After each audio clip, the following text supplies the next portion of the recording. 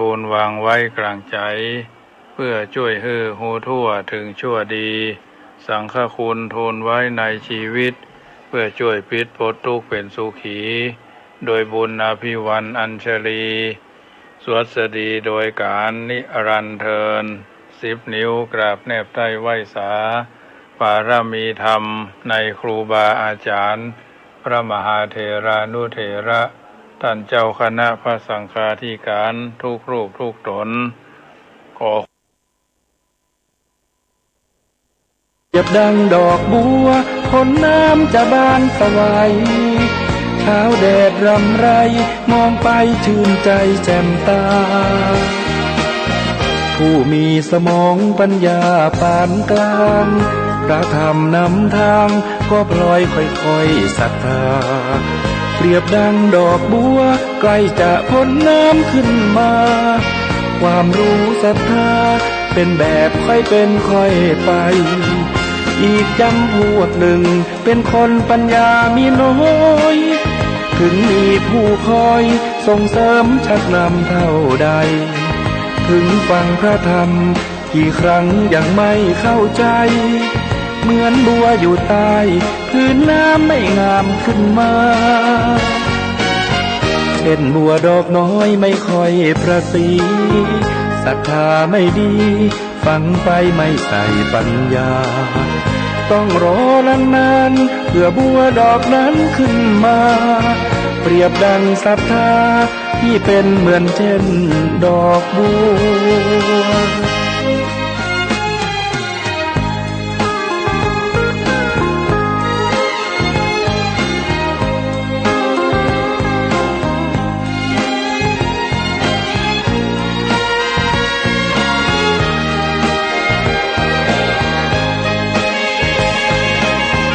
ผู้มีสมองปัญญาเลิศล้ำได้ฟังพระธรรมไม่นานก็พลันเข้าใจเปรียบดังดอกบัวพ้นน้ำจะบานสะไหวเช้าแดดรำไรมองไปชื่นใจแจ่มตาผู้มีสมองปัญญาปานกลางพระธรรมนำทางก็พลอยค่อยๆศรัทธาเปรียบดังดอกบัวใกล้จะพ้นน้ำขึ้นมาความรู้ศรัทธาเป็นแบบค่อยเป็นค่อยไปอีกจำพวกหนึ่งเป็นคนปัญญามีน้อยถึงมีผู้คอยส่งเสริมชักนำเท่าใดถึงฟังพระธรรมกี่ครั้งยังไม่เข้าใจเหมือนบัวอยู่ใต้พื้นน้ำไม่งามขึ้นมาเช่นบัวดอกน้อยไม่ค่อยประสีศรัทธาไม่ดีฟังไปไม่ใส่ปัญญาต้องรอนานๆเพื่อบัวดอกนั้นขึ้นมาเปรียบดังศรัทธาที่เป็นเหมือนเช่นดอกบัว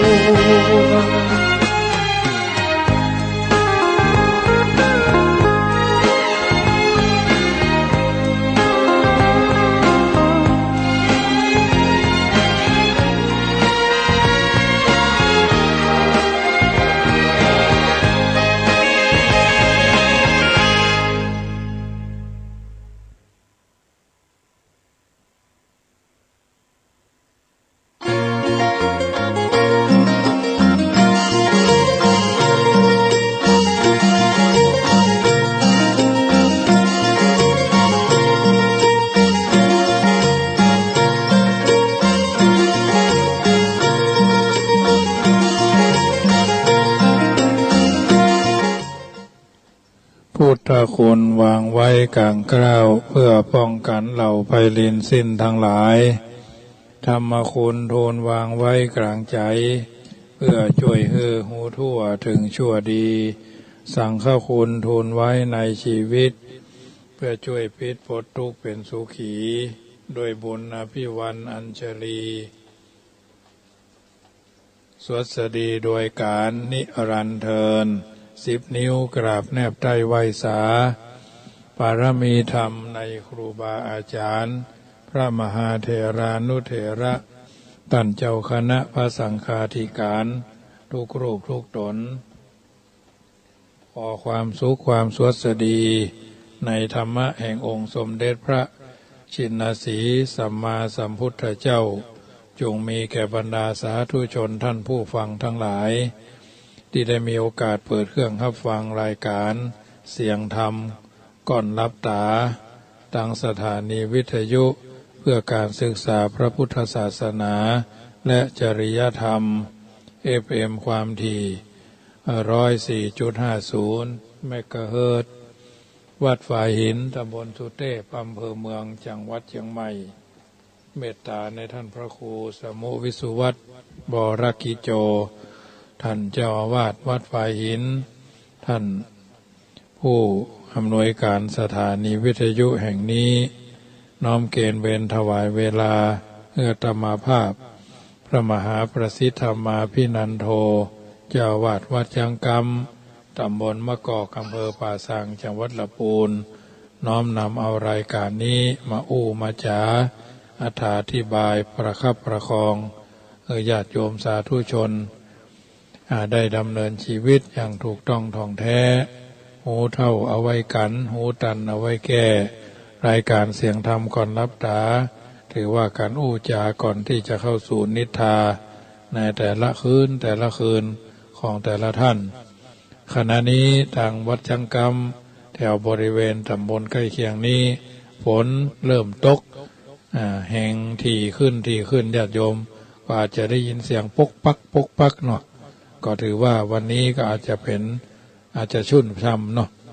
พอดีได้ซักผมซักอย่างไปเมื่อ2 วันที่แล้วก็ยังแขวนน้อยเนาะผมที่เคยใช้มาหลายปีจะได้เอาปูกุฏิใหม่ก็เป็นส่วนหนึ่งนี่ที่ได้เอาของเก่าเอามาใช้แล้วก็จะได้เป็นที่อยู่ที่อาศัยที่พักผ่อนรับนอนต้อนรับแขกญาติโยมสาธุชนก็ได้มีโอกาสได้ร่วมกันเป็นระยะมา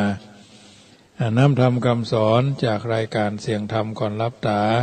เป็นอาหารใจกับทุกคนที่ได้ยินได้ฟัง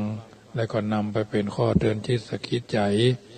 เอาอยู่ด้วยกันในสังคมแห่งการอยู่ร่วมเนาะ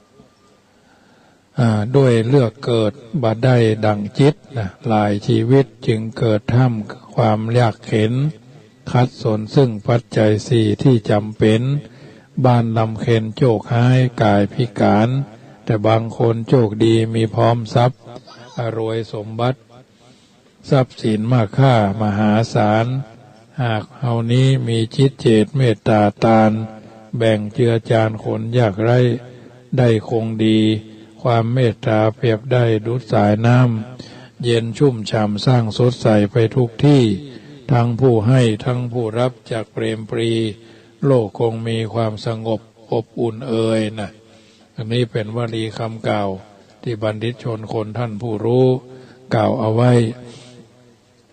เขาท่านทั้งหลายก็ก่อยฟังกันไปเนาะการดำเนินชีวิตของเขานั้นย่อมมีสิ่งที่ยึดสิ่งที่ยึดสิ่งที่ประพฤติกรรมบัณฑิตนักปราชญ์ท่านกล่าวเอาไว้เป็นข้อคิดเตือนจิตสะกิดใจไว้เหมือนกันในการที่เขาท่านทั้งหลายจะดำเนินชีวิตเพื่อท้องว่าปรัชญาว่าด้วยข้อคิดการครองชีวิตอยู่สุขสันต์นักปราชญ์ผู้รู้เพิ่นอู้เล่ากันล้วนแต่สำคัญคมคายบ่น้อยขอเก็บกรรมมาลำดับเป็นถ้อยสืบตอดแนวหอยต้านไว้ฝากหมู่เฮาจำเอามาใจเป็นข้อคิดได้อย่างดีปะคนปากให้ได้เลี่ยงหนีหากไปพาทีอาจมีเรื่องได้โคดคนอื่นเขาใจเฮาฮ้อนไหม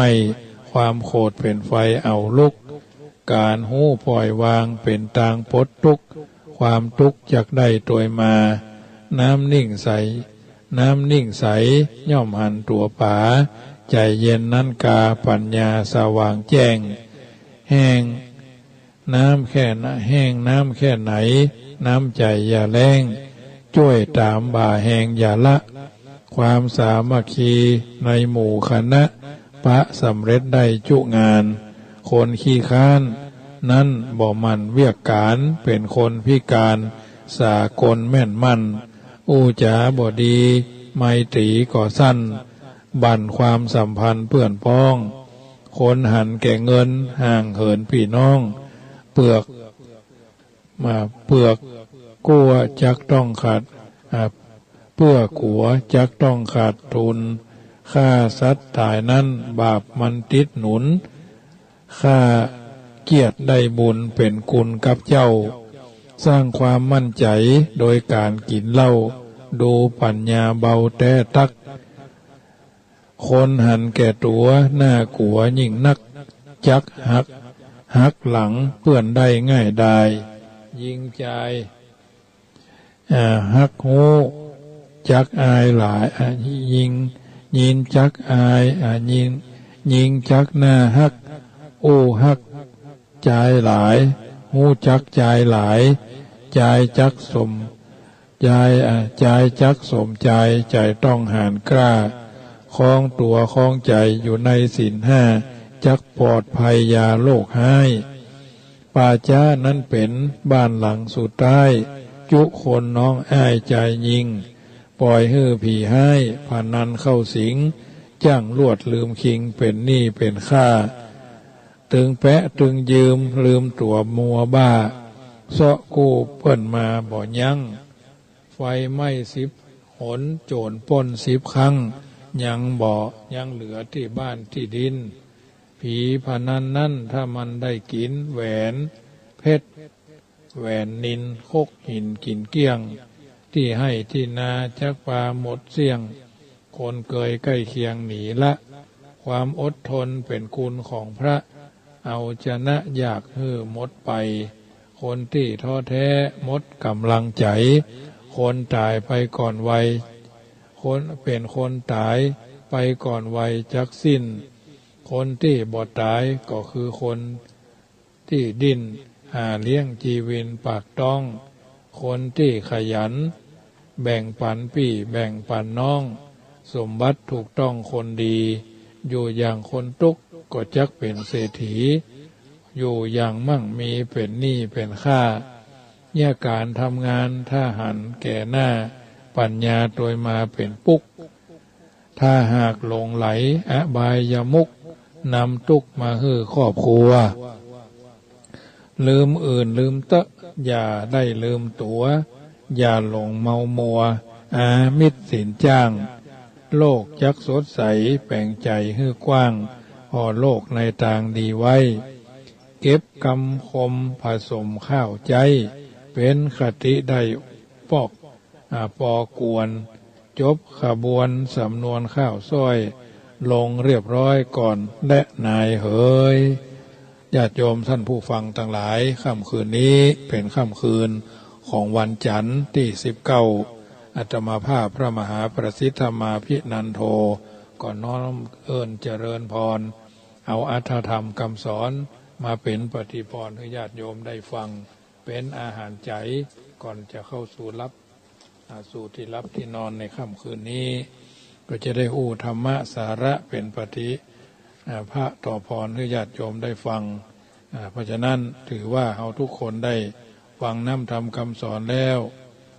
ก็จะได้เข้าสู่นิทานอย่างสบายนะท่านี้อู้ถึงเรื่องกุรุงคะมิฆาชาดกกล่าวเอาไว้ในธรรมบทภาคที่1เกี่ยวกับศิลปะป้องกันตัวในยมกวักเรื่องพระเทวทัตพุทธเจ้าทรงปรารภที่พระเทวทัตพยายามจะปรงพระชนพระองค์หลายครั้งจึงตัดชาดกเรื่องนี้ฟังเป็นเครื่องเปรียบเปยว่าสมัยหนึ่งภิกษุนั่งสนทนาปราศัยกันในโรงธรรมสภาตอนหนึ่งได้อู้กันเรื่องที่พระเทวทัตพยายามจะปรงพระชนพระพุทธเจ้าโดยการส่งมือธนูไปดักยิงพระพุทธเจ้าพยายามกิ้งศิลาหินลงมาทับพระพุทธเจ้าและปล่อยจ้างธนบาลจ้างนาลาคีรีออกมาทำร้ายพระพุทธเจ้าแต่ก็บ่สำเร็จแสดงว่าพระเทวทัตตะเกียกตะกาย จะพ้องพระชนพระพุทธเจ้าจนได้ทุกเวลาคิดแต่เรื่องชั่วนะพุทธเจ้าเสด็จไปที่โรงธรรมสภาเพื่อจะได้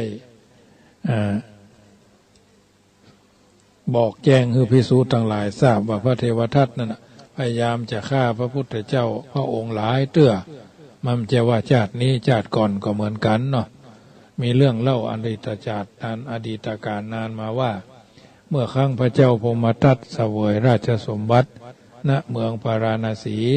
พระโพธิสัตว์ถือกำหนดเป็นกวางอาศัยกินผลไม้และหากไม้อยู่ที่ราวป่าแห่งหนึ่งสมัยนั้นมีชาวบ้านคนหนึ่งประกอบอาชีพเป็นพานห้างโดยเขาจะเดินสำรวจรอยเท้าของหมู่กวางตามต้นไม้ที่ออกผล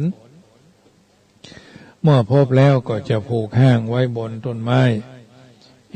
นั่งแอบอยู่บนต้นห้างคอยใจหอกพุ่งใส่กวางที่มากินผลไม้ได้กวางแล้วก็แบกกลับบ้านแล่เนื้อกินพ่องนำไปขายเลี้ยงชีวิตพ่องคราวหนึ่งต้นกระบกเนาะต้นมะรื่นนี่นะหรือต้นกระบกหลายต้นออกลูกดกหล่นเกลื่อนกราดกวางโพธิสัตว์ก็ไปกินลูกมะเดื่อตามปกตินายพรานหั่นรอยเท้ากวางของกวางโพธิสัตว์ที่ต้นมะรื่นหรือต้นกระบกต้นหนึ่งเป็นประจำจึงผูกห้างไว้บนต้นมะรื่นต้นนั้นแล้วปิกบ้านลุ่งขึ้นรีบกินข้าวแต่เจ้าถือหอกเข้าป่าขึ้นไปนั่งอยู่บนห้างรอคอยกวางออกมาจะกินลูกมะรื่นฝ่ายกวางโพธิสัตว์ออกจากที่อยู่แต่เช้าตู่ตรงไปยังต้นมะรื่นต้นนั้นแต่ยังบ่ผีพามเข้าไปทันทีสังเกตดูก่อนว่าจะมีอันตรายหรือไม่บางเตื้อหมู่นายพรานอาจจะแอบซุ่มอยู่บนต้นไม้ก็ได้จึงยืนอยู่ข้างนอกนายพรานเห็นว่ากวางมาเข้ามาได้ใต้ต้นมะรื่นยืนลังเลอยู่ก็กลัวกวางจะมาเข้ามาอดรนทนบ่ได้จึงเด็ดลูกมะรื่นลูกหนึ่งโยนไปโยนหื้อตกกิ้งไปที่หน้ากวางเพื่อล่อหื้อกวางเดินเข้ามากินกวางคิดว่าลูกมะรื่นหล่นกิ้งมาหาเฮาดูผิดปกติคงจะมีคนแอบอยู่บนต้นไม้จึงค่อยๆแงนสำรวจดูก็หันนายพรานแอบซุ่มอยู่ก็ทำทีพอบาหันเสียอู้ขึ้นลอยๆว่าเฮ้มารื่นเมื่อก่อนเจ้าให้ลูกหล่นลงมาตรงๆเหมือนคนหย่อนของลงมาแต่เดี๋ยวนี้เจ้าทิ้งลุกขะทำคือธรรมเนียมของต้นไม้เสียแล้วเมื่อเจ้าทิ้งธรรมเนียมเช่นนี้เฮาก็จะไปยังต้นอื่นหาอาหารกินกันแล้วนะจากนั้นกวางโพธิสัตว์ได้แซงพูดทำนองเยาะเย้ยนายพรานว่าตนหู้เท่าทันเล่ห์ของเขาว่ายาตะเมตังกุรงคัสสะยังตะวังเสปันนิไสยปิไสยสิอันยังเสปันนังคัจฉามินะเมเตรุจเตพลังแปลเป็นภาษาไทยได้ว่าดูก่อนไม้มะรื่นการที่ท่านกิ้งลูกมานั้นกวางเขาหู้แล้วเฮาจะไปยังต้นมะรื่นอื่นลูกของเจ้าอย่าได้เฮาบ่สนใจแล้วละนายพรานนั่งฟังอยู่บนห้างนั่นเองได้ขว้างหอกทิ้งแล้วอูว่าไปเถอะวันนี้เฮาพลาดท่าเจ้าไปแล้วกวางจึงกลับมายืนอยู่แล้วอูว่าท่านพลาดท่าเฮาไปในบัดนี้ก็จริง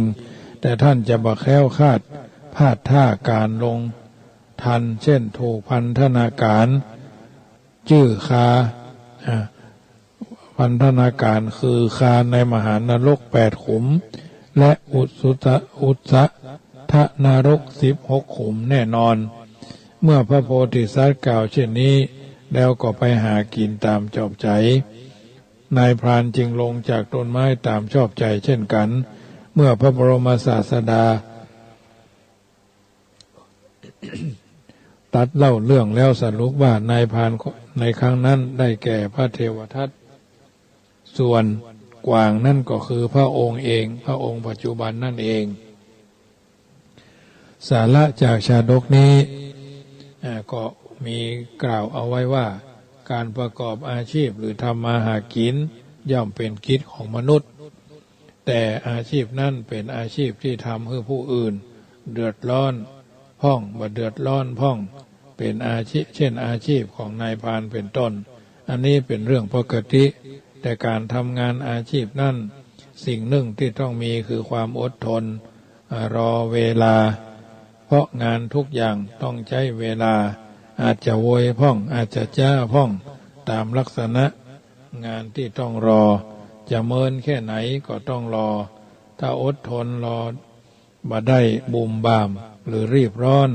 ทำไปยังที่มาถึงเวลาหรือยังบ่ครบกำหนดเวลาก็อาจจะทำให้เสียงานและเสียของได้แถมอย่างหนึ่งในการเข้าไปยังสถานที่ต่างๆบ่เว้นบ่เว้นแม้แต่บ้านของตัวเองหรือสถานที่ที่เคยไปประจำการที่มีสติรอบคอบถึงความปลอดภัยระวังระวัยตรวจตราดูความผิดปกติซึ่งอาจจะมีก่อนทุกครั้งเป็นการป้องกันตัวที่ดีแสดงถึงความรอบคอบย่อมจะทำให้ปลอดภัย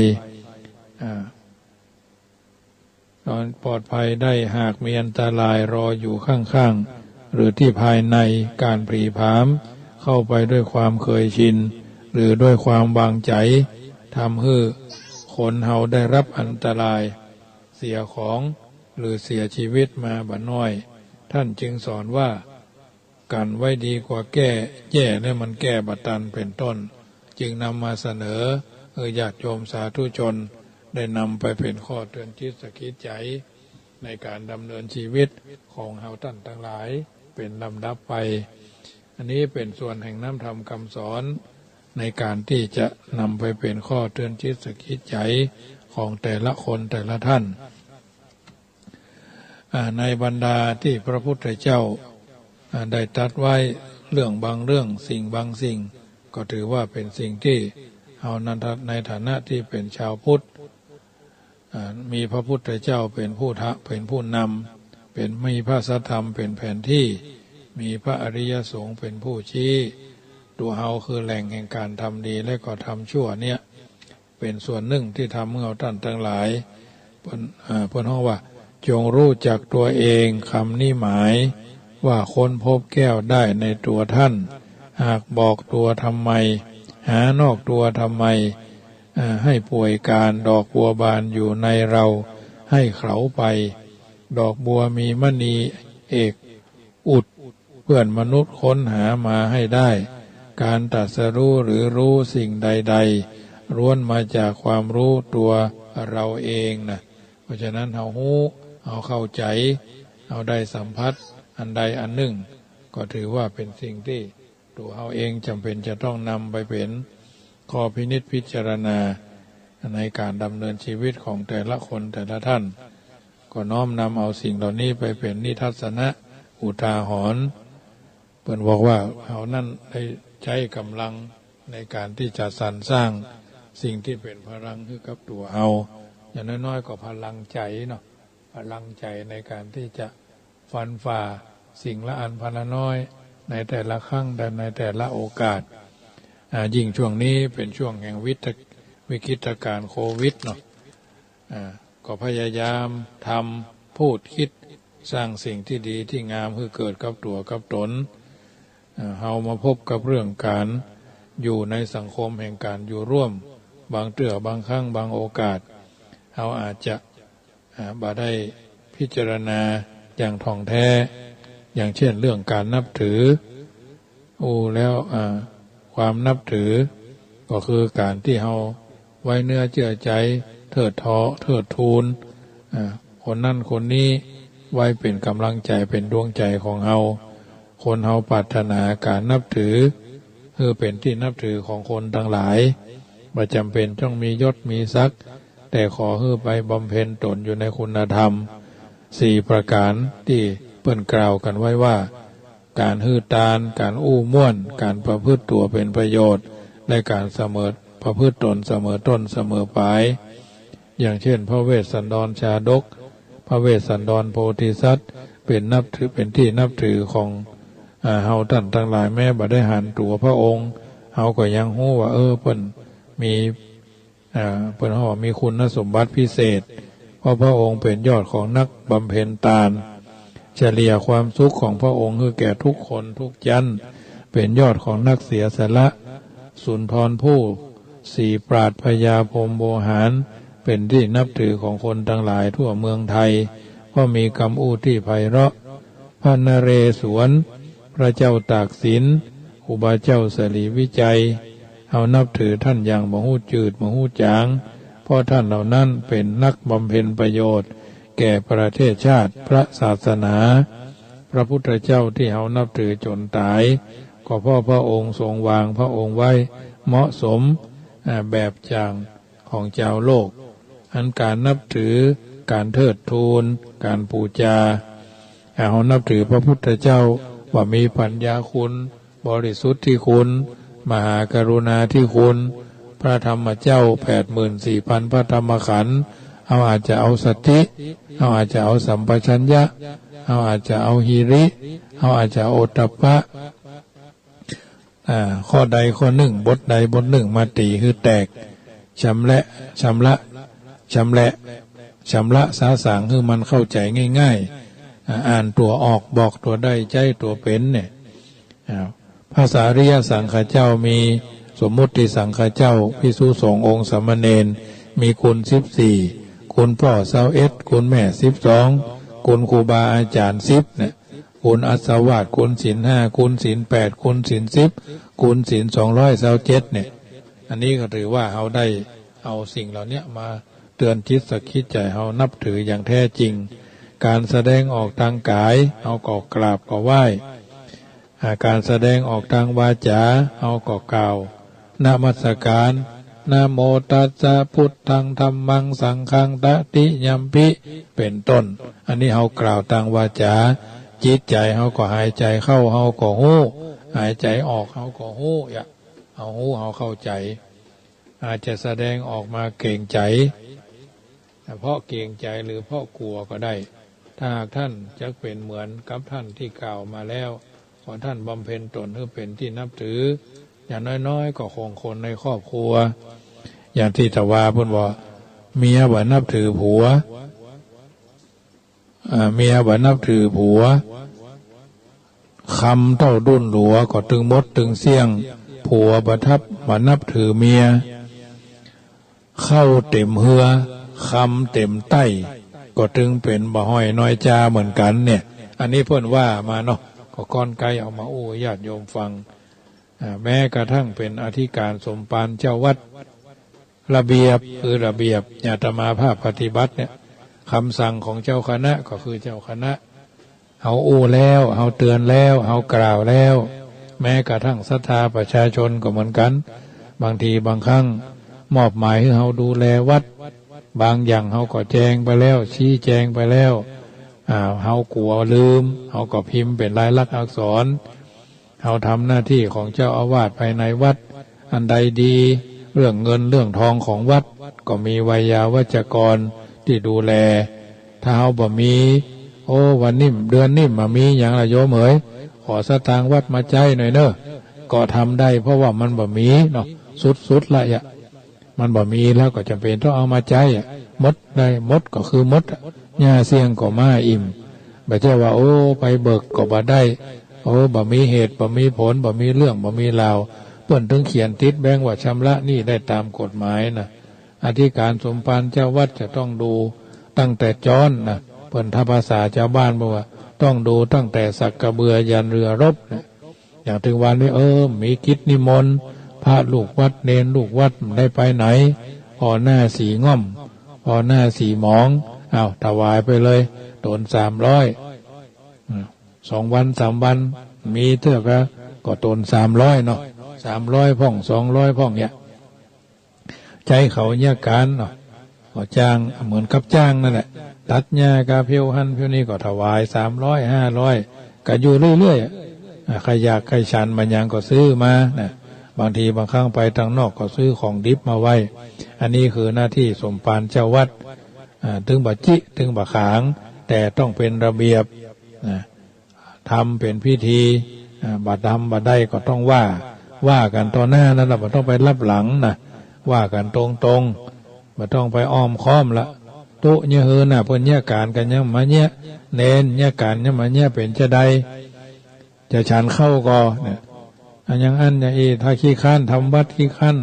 ลงอุโบสถขี้ข้านผงอาวัดก็บ่ต้องกินข้าวกับโตเน้นเนี่ยก็จะว่าแบบนี้แหละเพราะฉะนั้น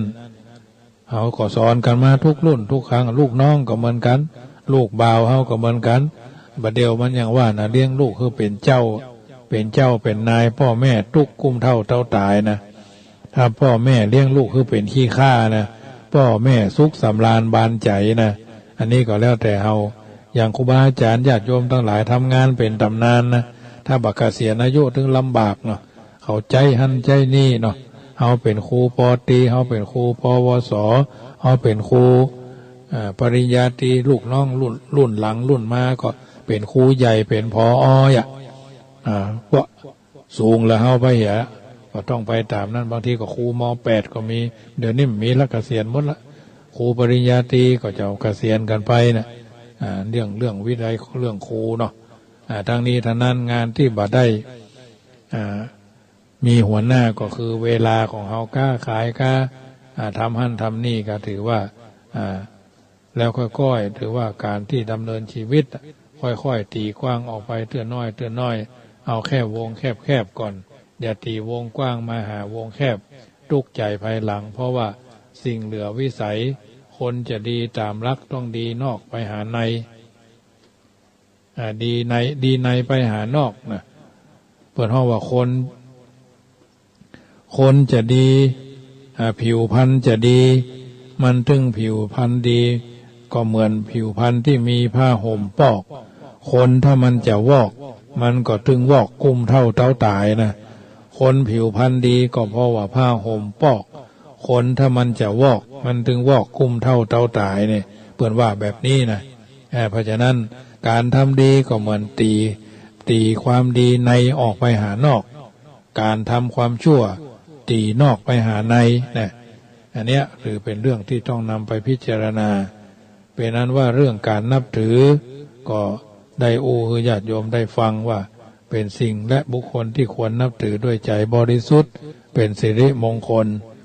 ที่จะเกิดแก่ท่านสาธุชนทุกคนทุกท่านเพราะฉะนั้นท่านบัดนับถือด้วยใจบริสุทธิ์มีแต่สิ่งจำเป็นที่จะทำเมื่อเราคิดอย่างนั้นพิจารณาอย่างนี้ก็ถือว่าเป็นเรื่องของทุกท่านได้รับความปรารถนาดีจากรายการเสียงธรรมก่อนรับตาประจำค่ำคืนของวันนี้นำบรรดาน้ำธรรมคำสอนส่วนนี้ก็ถือว่าเป็นส่วนหนึ่งที่นำมาอู้เอิญเจริญพรบรรดาญาติโยมสาธุชนที่อยู่ทางบ้านฟังกันไปทุกคืนฟังแล้วเป็นตัวอย่างฟังแล้วเป็นอาหารใจอันใดดีก็ก้อนไกลเอาไปประพฤติปฏิบัติอันใดบดีก็พยายามลดด้านเลิกตามโอกาสในจังหวะเวลาบรรดาน้ำธรรมคำสอน 84,000 พระธรรมขันธ์เอาหู้เอาเข้าใจและก่อนนำไปเป็นข้อเตือนจิตสกิจใจตามลำดับค่ำคืนนี้ก่อนนำรายการจากท่านไปตั้งใจแผ่เมตตาเนอะว่าอิมินาปุญญกัมเมนะอิมินาอุทิเสอิเมสังสัพพสัตตาเทวมนุสสานังญาวะชีวังจุติจุตังอรหังจุติ10 นิ้ว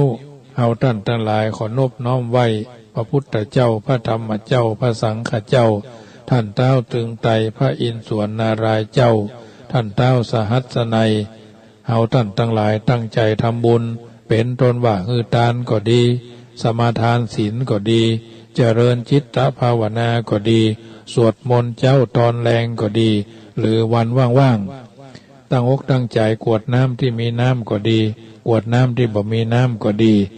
มีใจปรารถนาค่ายผายแผ่นาบุญอุทิศอธิษฐานแผ่พายยายบุญไปเบื้องบนทุกชั้นวิมานชั้นใต้ลงต่ำถึงชั้นบาดาลบอกนอกขอบจักรวาลครูบาอาจารย์พ่อแม่ ญาติกาวงศาทั่วครบแม่โพธิ์ศพท่านรักษาจบในโลกาทั้งทั้งเพชรลูกกำท่านมีฤทธีธรณีคงคาห้องสั่งบุญเอาท่านทั้งหลายศรัทธาบวงสรวงเทวาทั้งปวงช่วยโมทนาขอเป็นทิพย์พิมานทำบุญฮือทานตั้งใจปรารถนาพระภูมิพระภายพระ